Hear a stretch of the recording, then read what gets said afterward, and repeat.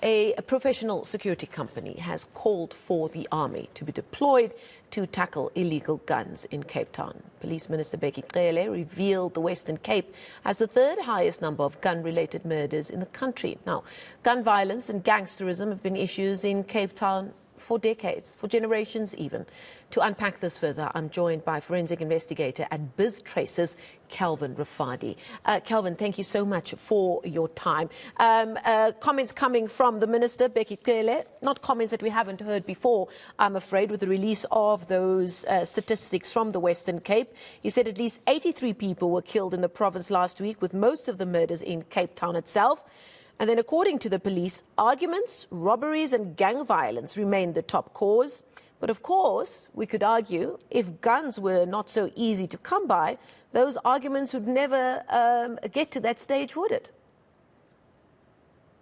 Yes. Thanks for inviting me, Michelle. How are you this evening?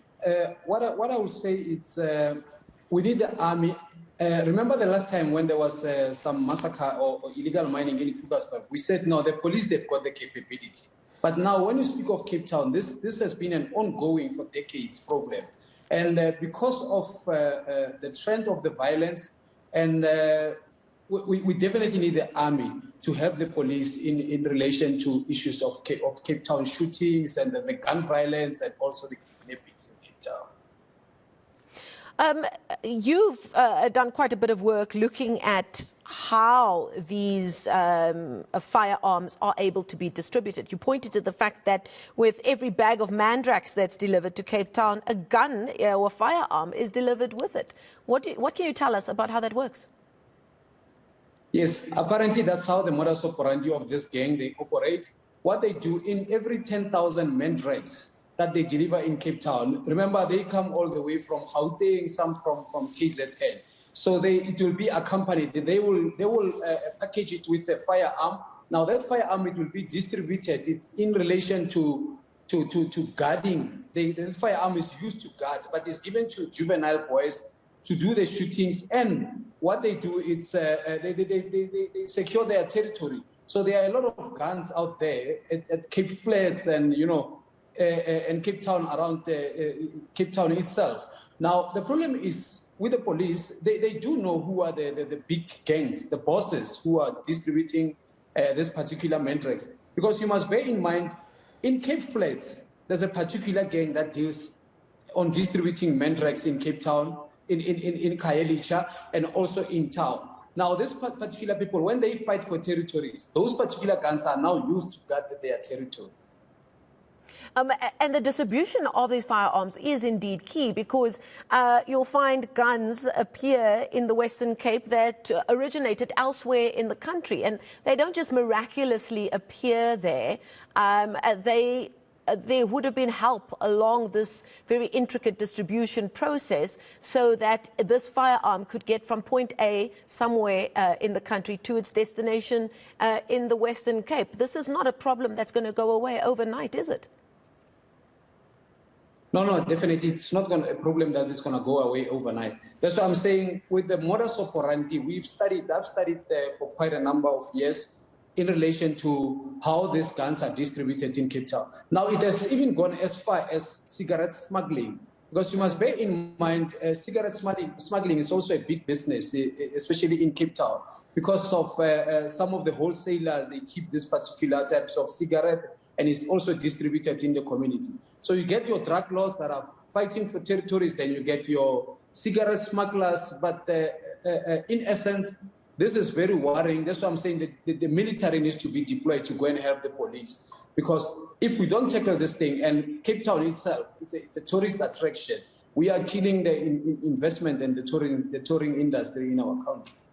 It's nothing new that the police do need help, but many would argue that there are bad apples within the police force itself that's helping this problem in the first place. Yes, that's a good one, especially when you speak of Cape Town. You get the rotten guys in your anti-gang units who are supposed to be dealing with this. Well, I'm not the spokesperson of the police, but what I can tell you, Mr. Becky Cele, when he spoke about the tattoo issues, big gangs, they identify one another through tattoos as well. and you get a number of police that they know that this is a particular gang, belongs to this one. And they also get protections from the police, and cases are not properly followed. And even worse, I mean, you arrest somebody who's a juvenile with a firearm. I mean, the cases, most of the time, they go nowhere. Yeah, and so does the firearm then just disappears as well. We've heard enough stories like that. Let's just talk numbers very quickly before I let you go, Calvin. The minister was quoting saying that on the firearms front, the removal of 33 firearms and 538 rounds of ammunition in a week from the streets of Cape Town by the police is welcome. Now, that surely is positive news. But from what we know, 33 firearms and 538 rounds of ammunition, is that a drop in the ocean with what we're actually dealing with here? Yes, that's a drop in an ocean. And, you know, coming to illegal firearms, I think what the ministry needs to also do is the time after when they go and destroy these particular firearms, they need to also give us the stats on how many firearms are destroyed, because a lot of firearms, they see the way to the police station in evidence plastics and see their way out. So I think with the ministry, they need to up their game as well in showing us the stats of the firearms that are destroyed, and not even the rusty ones, the ones that are taken from the streets, and we can also see the stats that they are destroyed, because there's also a loophole in that space. Now, it's not difficult to come by this information. There are experts such as yourself, there are academics, there are researchers. The information is there. We know there is enough known about the modus operandi. What is stopping the police, other than resources, what is stopping the police from making headway in trying to fight this scourge? Or is it political will? Well, in other instances, it's a political will, but also the informants and the whistleblowers, the police, they don't cater that industry very well. Like I was telling my team today that, you know, you go to the head office of the Hawks, which is organized crime. You go and report, you want to go and report a certain crime, but you get you know, a private security guy, personnel down there guarding the building. They want to interrogate you before you can even reach the office to say why are you there to report a particular matter. And some people, they tend to, you know, make a U-turn and say, you know what, I cannot enter that office. It's so well guarded, and I'm not even sure if my information will be taken seriously. We're going to leave it there. Thank you so much for that. BizTrace's forensic investigator, Calvin Rafadi, joining us virtually then.